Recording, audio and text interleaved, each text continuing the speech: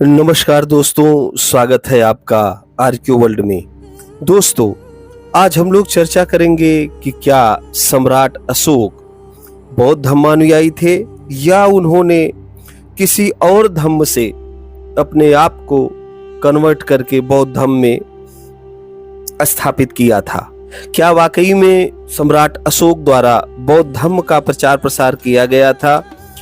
क्या जो आजकल दक्षिणपंथी इतिहासकार विद्वान कहते हैं कि अशोक बौद्ध धर्म से संबंधित नहीं थे, बल्कि वे किसी और हिंदू धर्म या ब्राह्मण धर्म से संबंधित थे, उसी की आज हम पड़ताल करेंगे और विशेष रूप से चर्चा करेंगे भाब्रू बैराट शिलालेख की या कलकत्ता बैराट शिलालेख की।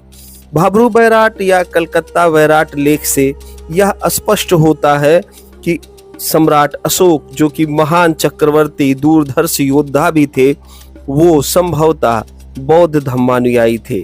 बहुत सारे विद्वान मानते हैं कि सम्राट अशोक बौद्ध धर्मानुयायी थे। तो इसी विषय में आज हम चर्चा करेंगे।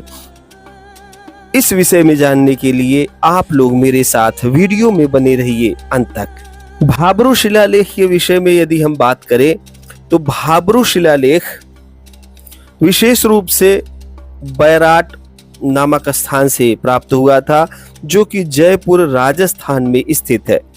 इसकी भाषा प्राकृत या प्राकृत है। लिपि इसकी धम्म लिपि या ब्राह्मी लिपि है।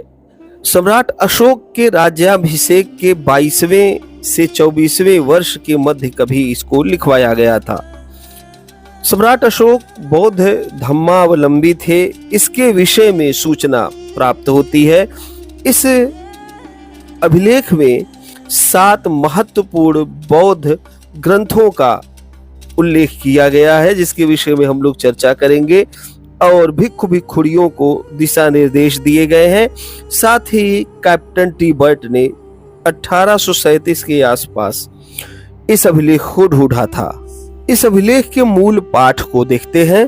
पियदशिलाजा मागधे संघम अभिवादे तूनम आहा अपाबाधतम चा फासु विहालतम चा विधिते वे भन्ते आवत के हमा बुधसी धमसी संघसी तिगालवे चा पसादे चा एकेचि भन्ते भगवता बुधेन भासिते सवे से सुभासिते वा ए चूखो भन्ते हम याए दिसे या हेवम संधम में चिलठिति के हुसती ती अलहामी हकमता वातवे इमानी भन्ते धम्म पलयायानि विनय समुख से अलियवसानी अनागत भयानी मुनि गाथा मुने सूते उपतिस पसिने एचा लाघुलो वादे मूसावादम अधिगिच्छ भगवता बुधेन भासिते एतानि भन्ते धम्म पलयायानि इच्छामि किंति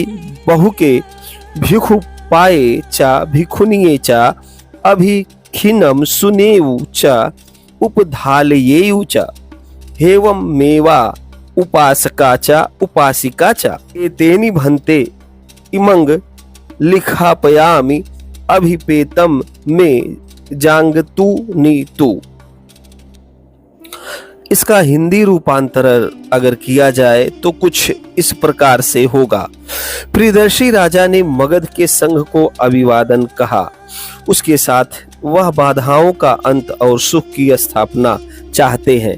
भन्ते या भदंते, आप लोगों को ज्ञात है कि कितना बुद्ध धम्म और संघ के प्रति मेरी आदर और श्रद्धा है। भदंत, जो कुछ भी तथागत भगवान बुद्ध ने कहा है वह सब सुभाषित है। भदंत, मैंने जो कुछ भी धम्म के बारे में देखा है एवं वह जिस प्रकार चिरस्थायी होगा वह मैं कहता हूँ। भदंत, ये धम्म पर्याय हैं। विनय समुख से अलियवसानी अनागत भयानी मुनि गाथा मोने सूते उपतिस पसिने और राहुलोवादे या लाघुलोवादे मूसावादम के ऊपर जो भगवान बुद्ध द्वारा कहा गया है। भदंत, इन धम्म पर्यायों को चाहता हूँ कि बहुत से भिक्षु और भिक्षुड़ियां इन्हें निरंतर सुने और इनको उपधारण करें। इसी प्रकार उपासक और उपासिका भी भदंत, इसीलिए यह लिखवाता हूँ कि लोग मेरा अभिप्राय जाने। सम्राट अशोक द्वारा इस अभिलेख में स्पष्ट रूप से बुद्ध, धम्म और संघ के प्रति अपनी निष्ठा प्रकट की गई है। सम्राट अशोक बौद्ध भिक्षुओं को यह बताने का प्रयास कर रहे हैं कि धम्म ग्रंथ में जो कुछ भी लिखा हुआ है उसको बौद्ध भिक्षुणियां और भिक्षु अनुश्रवण करें, उसका आदर करें, समझने का प्रयास करें। सम्राट अशोक की ओर से भिक्षुणियों को दिए जाने वाले इस आदेश से ऐसा प्रकट होता है कि वह अपने को बौद्ध भिक्षुओं को अनुशासित करने का अधिकारी समझते थे। यह धम्म पर अनुशासन का प्रतीक है। भाब्रू बैराट शिलालेख से जिन 7 ग्रंथों का उल्लेख मिला है उनकी चर्चा हमने की और इससे यह सिद्ध हो जाता है कि सम्राट अशोक बौद्ध धम्मानुयायी थे। इसके विषय में कई विदेशी विद्वानों ने भी लिखा है कि कलिंग युद्ध के समय सम्राट अशोक ले बुद्धिस्ट थे, अर्थात उनका जन्म बौद्ध धम्म के मानने वालों के घर में हुआ था। इसका मतलब ये हुआ कि सम्राट अशोक से पहले जो भी उनके पूर्वज थे वो भी बौद्ध धम्म में अपनी आस्था प्रकट करते थे। इसका प्रमाण हमको निगलीवा से या निगाली सागर से मिला हुआ वह अभिलेख है जिसमें वे कनक मुनि बुद्ध के स्तूप का जीर्णोद्धार करवाने, पुनरुद्धार करवाने तथा उसमें आदर श्रद्धा प्रकट करने के विषय में बताते हैं। इसके अतिरिक्त सम्राट अशोक द्वारा लिखवाए गए अनेकों संघ भेद लेख हैं, चाहे वो सारनाथ का संघ भेद लेख हो, चाहे वह सांची का संघ भेद लेख हो या और भी जो हमको संघ भेद लेख मिलते हैं, उससे भी यह प्रमाणित होता है कि सम्राट अशोक बौद्ध धम्मानुयायी थे। उन्होंने बौद्ध धम्म का प्रचार प्रसार किया। इसके प्रमाण शहबाज गढ़ी, जो कि अशोक के 13वें शिलालेख के रूप में जाना जाता है, उसमें नीचे की पंक्तियों में वर्णित दिखाई देता है, जिसमें वे चोल, चेर, तम, पड़ी के साथ साथ तुरमय, मग, अलिक, सुदर जैसे राजाओं की चर्चा करते हैं जो इजिप्ट से लेकर मैसेडोनिया तक के क्षेत्र में फैले हुए हैं। इस प्रकार देखा जाए तो सम्राट अशोक ने बौद्ध धम्म का प्रचार प्रसार केवल भारत ही नहीं बल्कि श्रीलंका से लेकर इजिप्ट, मैसेडोनिया और सेंट्रल एशिया तक फैलाया था। सम्राट अशोक ने धम्म महामातों की भी नियुक्ति की थी जो प्रत्येक 5वें वर्ष जा करके धम्म के आचरण का अध्ययन करते थे अलग अलग क्षेत्रों में और आकर के सम्राट अशोक को बताते थे कि किस क्षेत्र में धम्म का आचरण किया जा रहा है, किस क्षेत्र में नहीं किया जा रहा है। सम्राट अशोक के पुत्र और पुत्री संघमित्रा और महेंद्र सिंघल द्वीप या सिलोन या जिसे श्रीलंका कहा जाता है वहां गए हुए थे। तिस नाम के राजा सम्राट अशोक के समकालीन थे और अनुराधपुर में ले जाकर के संघमित्रा द्वारा एक बोधि वृक्ष लगाया गया था। इससे भी पता चलता है कि सम्राट अशोक बौद्ध धम्मानुयायी थे। एक महत्वपूर्ण बात जो ललित बिस्तर से पता चलती है या फिर जो फाहियान और वेनसोंग जैसे चीन यात्री बताते हैं कि सम्राट अशोक ने लगभग 84,000 बौद्ध स्तूपों की स्थापना करवाई थी। इसके अतिरिक्त अनेक प्रकार के संघाराम, बौद्ध महाविहारों को बनवाया था, जिनमें से भिक्षु और भिक्षुणियों के रहने के लिए अलग अलग महाविहार बनवाए गए थे। चूंकि सम्राट अशोक समस्त प्रजा को अपनी संतान मानते थे, इसलिए वे संघ में भेद या फूट डालने वाले जो भी इस तरीके के अराजक तत्व लोग थे उनको दंडित करने का भी अधिकार समझते थे। इसीलिए उन्होंने संघ भेद लेख लिखवाया।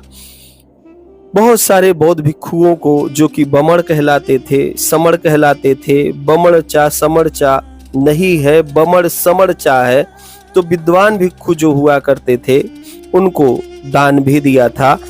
और सबसे बड़ी बात है, सम्राट अशोक धम्म दान को सबसे बड़ा दान मानते थे।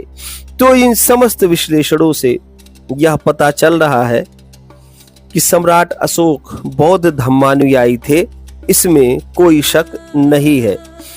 अनेकों इतिहासकार समय समय पर, विशेष रूप से दक्षिणपंथी इतिहासकार कहते हैं कि सम्राट अशोक पहले भगवान शिव के उपासक थे, लेकिन किसी भी अभिलेख में सम्राट अशोक ने यह नहीं लिखवाया कि वो भगवान शिव की उपासना किया करते थे बौद्ध धम्म में आने से पहले, या फिर उनके पिताजी या उनके दादा परदादा कोई बौद्ध धम्म के अलावा किसी और धर्म में आस्था रखते थे या किसी और देवी देवता की पूजा करते थे।